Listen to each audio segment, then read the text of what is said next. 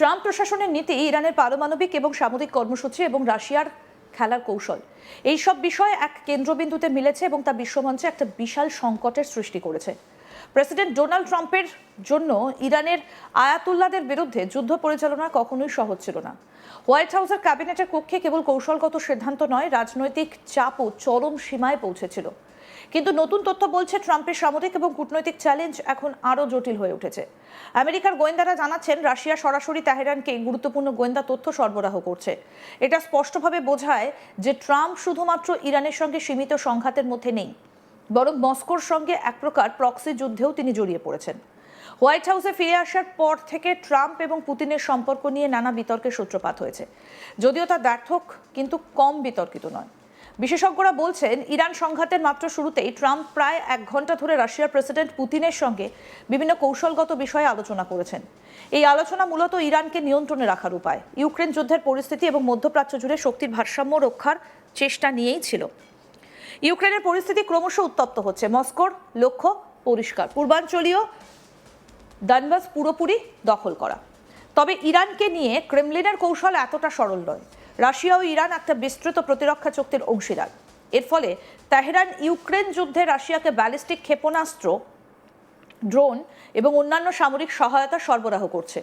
কিন্তু পুতিনের দৃষ্টিভঙ্গি ইরানের প্রতি দ্বিধাগ্রস্ত, বিশেষত তেহরানের পারমাণবিক কর্মসূচি নিয়ন্ত্রণ নিয়ে তিনি সব সময় সতর্ক।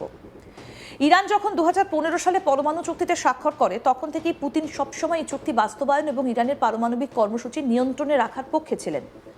তার লক্ষ্য এক, মধ্যপ্রাচ্যে স্থিতিশীলতা বজায় রাখা এবং একই সঙ্গে রাশিয়ার কৌশলগত সুবিধে নিশ্চিত করা। গত বছরের আমেরিকা ইসরায়েল যৌথ সামরিক অভিযানের সময় তেহরানকে সরাসরি সামরিক সহায়তা দিতে পুতিন ব্যর্থ হয়।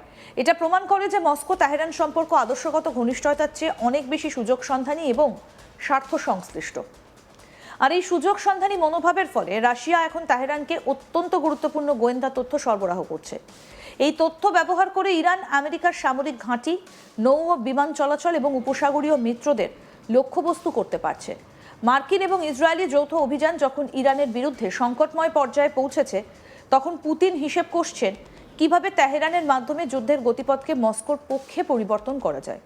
বিশ্লেষকরা বলছেন, যদি ইরানের সরকার এই চাপ সত্ত্বেও টিকে থাকে, তাহলে রাশিয়া একটা রাজনৈতিক বার্তা দেবে যে বিশাল সামরিক শক্তি থাকা সত্ত্বেও আমেরিকা বিশ্ব রাজনীতিকে নিজের মতো চালাতে পারে না, এবং এটা সরাসরি ইউক্রেন যুদ্ধে পুতিনের দাবিগুলো জোরদার করবে।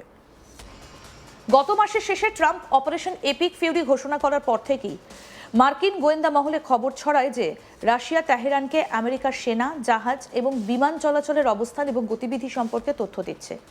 এই তথ্যের একটা বড় অংশ এসেছে রাশিয়ার উন্নত স্যাটেলাইট চিত্র থেকে।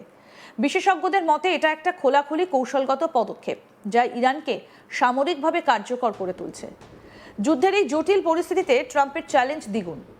একদিকে ইরানের সঙ্গে সরাসরি সংঘাত, অন্যদিকে রাশিয়ার প্রত্যক্ষ প্রভাব। শুধু তাই নয়, এই সংকটের ফলাফল শুধু মধ্যপ্রাচ্য বা ইউক্রেনের জন্য নয়, বরং গোটা পশ্চিমা জোটের নিরাপত্তা কৌশলের জন্যও গুরুত্বপূর্ণ। ইউরোপীয় নেতারা উদ্বিগ্ন, পুতিন এবং ইরানের এই যৌথ প্রতিরক্ষা চুক্তি পশ্চিমা মহলের ওপর চাপ বাড়াচ্ছে।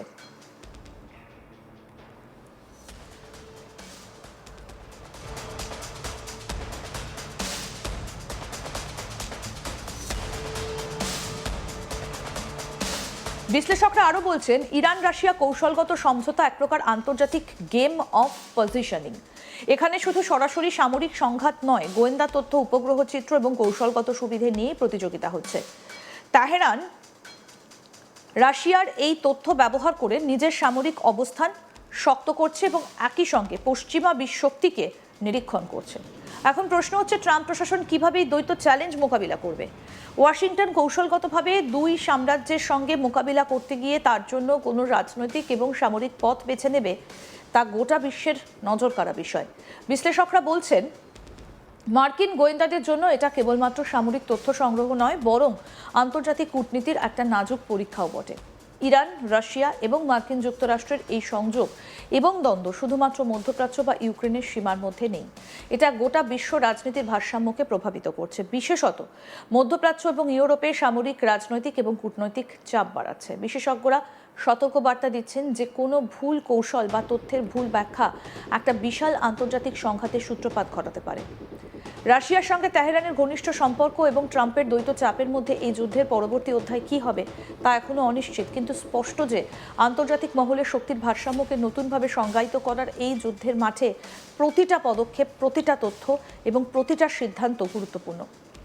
আমাদের প্রতিবেদনে আরও দেখা যাচ্ছে যে ইরানের পারমাণবিক এবং সামরিক সক্ষমতা বৃদ্ধির ফলে রাশিয়া এবং ইরানের কৌশলগত সমঝোতা পশ্চিমা নীতি নির্ধারকদের জন্য একটা নতুন ধরনের সিকিউরিটি প্যারাডক্স সৃষ্টি করছে। এটা কেবলমাত্র সামরিক দৃষ্টিকোণেই নয়, রাজনৈতিক এবং কূটনৈতিক দৃষ্টিকোণ থেকেও গুরুত্বপূর্ণ। এক্ষেত্রে ট্রাম্পের নীতি একটা দ্বিমুখী যাত্রা। একদিকে তিনি ইরানকে সামরিক এবং কূটনৈতিকভাবে সীমিত করতে চাইছেন, অন্যদিকে রাশিয়ার সঙ্গে সম্পর্ক বজায় রেখে ইউক্রেন যুদ্ধ এবং বিশ্বমঞ্চে পুতিনের প্রভাব সীমিত করার চেষ্টা করছেন। এই দ্বৈত কৌশল কার্যকর হবে কিনা তা নির্ভর করছে বহু আন্তর্জাতিক এবং অভ্যন্তরীণ উপাদানের উপর।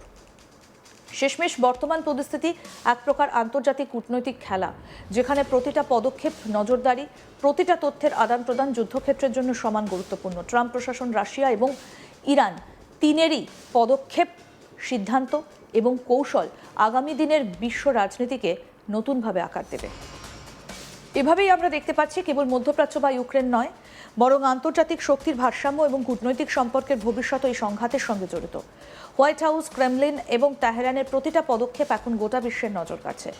আমরা অবশ্যই জানার চেষ্টা করব যে আন্তর্জাতিক গোয়েন্দা তথ্য, সামরিক কৌশল, পারমাণবিক ক্ষমতা এবং কূটনৈতিক সম্পর্ক কীভাবে এই যুদ্ধক্ষেত্রকে আরও জটিল এবং বৈচিত্র্যময় করে তুলছে।